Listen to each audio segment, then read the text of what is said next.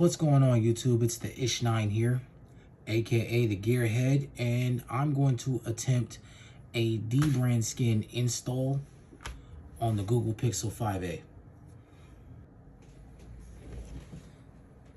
Alright, so let's get cooking. Originally I did have the full wrap that covers the sides here, but for whatever reason I'm not good at those, and I continuously get wrinkles and get the corners caught in something, causing it to peel up or just wrinkle more and peel off and tear.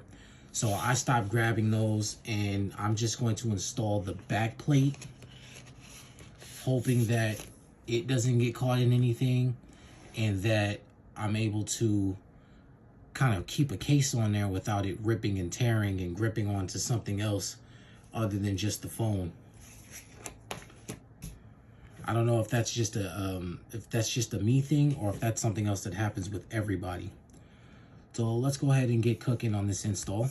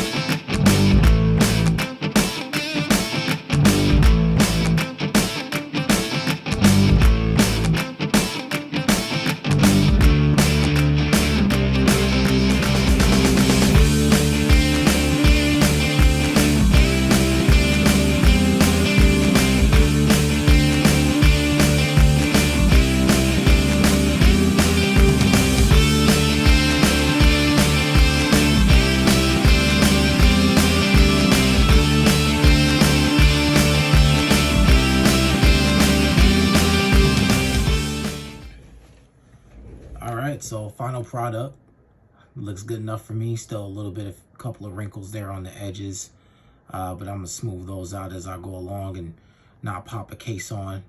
Leave it sitting overnight. Hopefully it'll smooth out and stay put this time. But I like this color. I'm really feeling pastel colors right now, so really feeling that. And for those of you that do not know, I did order the Google Pixel 6 Pro.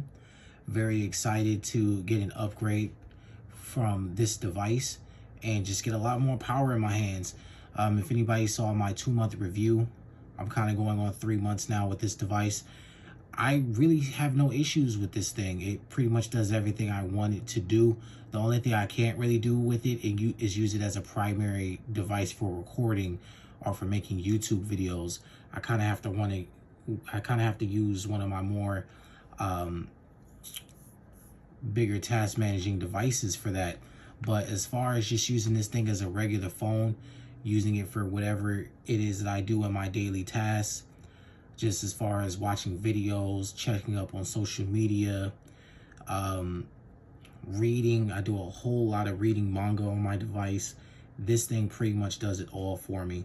I'm loving the Android features here, and the Android 12 is rolling on this device. There are a couple of hiccups, like many people have reported, but I don't see that interfering with my use of the device.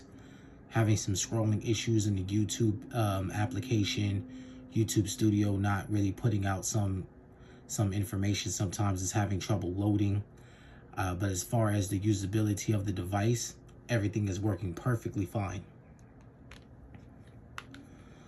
One thing that was weird with Google is, for whatever reason, they're not allowing for the Google Pixel 5a to be used as a trade-in. That is a very strange thing. I know it's a new device. It's only a couple of months old, but it's very weird that they would not take their own device as a trade-in. Even if they were to cut maybe the device's worth in half or a fraction of what it is or what it costs at retail, it's still strange that they do not allow you to trade it in. They wouldn't allow you to trade it in the Google store, and they did not allow you to trade it in at the carrier. The carrier makes more sense because the carriers didn't carry it. In order to get this device, you had to go through the Google store, and I pre-ordered this thing. So it's strange that they didn't take this device as a trade-in of any kind. So if, for those of you that are looking to offload this device, you're going to have to do that on the secondhand market, which should be easy enough. I got plenty of cases and protectors for this device, doing the exact same thing on the Google Pixel 6 Pro. It should be here in a matter of days. I got a skin coming for it. I got multiple cases, and I'm very excited to show you guys that device. I am thoroughly looking forward to replacing some of my top devices that I still currently have in here. Any of you that follow me on Twitter know that I'm eager to compare it to the Huawei Mate 40 Pro.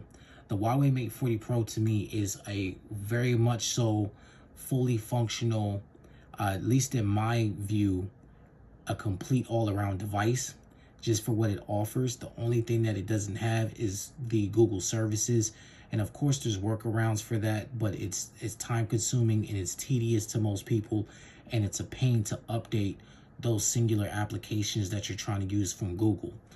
Most people just plain and simple aren't going to deal with it. But as the Google Pixel 6 and the 6 Pro are coming out now, they seem to be able to hit and check all of the boxes that most Android fans love and that most Android fans tend to use, as well as having all the top end specs and all of that.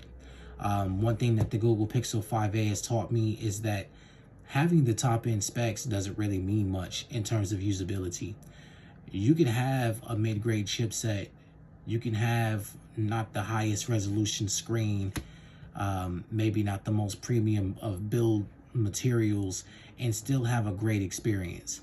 That's one thing that I've learned using the Google Pixel 5a, and I'm excited to trade it out for the Google Pixel 6 Pro, just because, like you guys, I'm a gearhead, I'm a tech junkie, and you know, I thoroughly enjoy it. So stay tuned, guys. I'm gonna have a whole lot more content coming, and hopefully this skin stays on here. For whatever reason, Dbrand skins don't work for me very well, but yeah, hopefully this stays on. I'm gonna slap a case on it later on today as I wait for my Google Pixel 6 Pro. You guys stay good.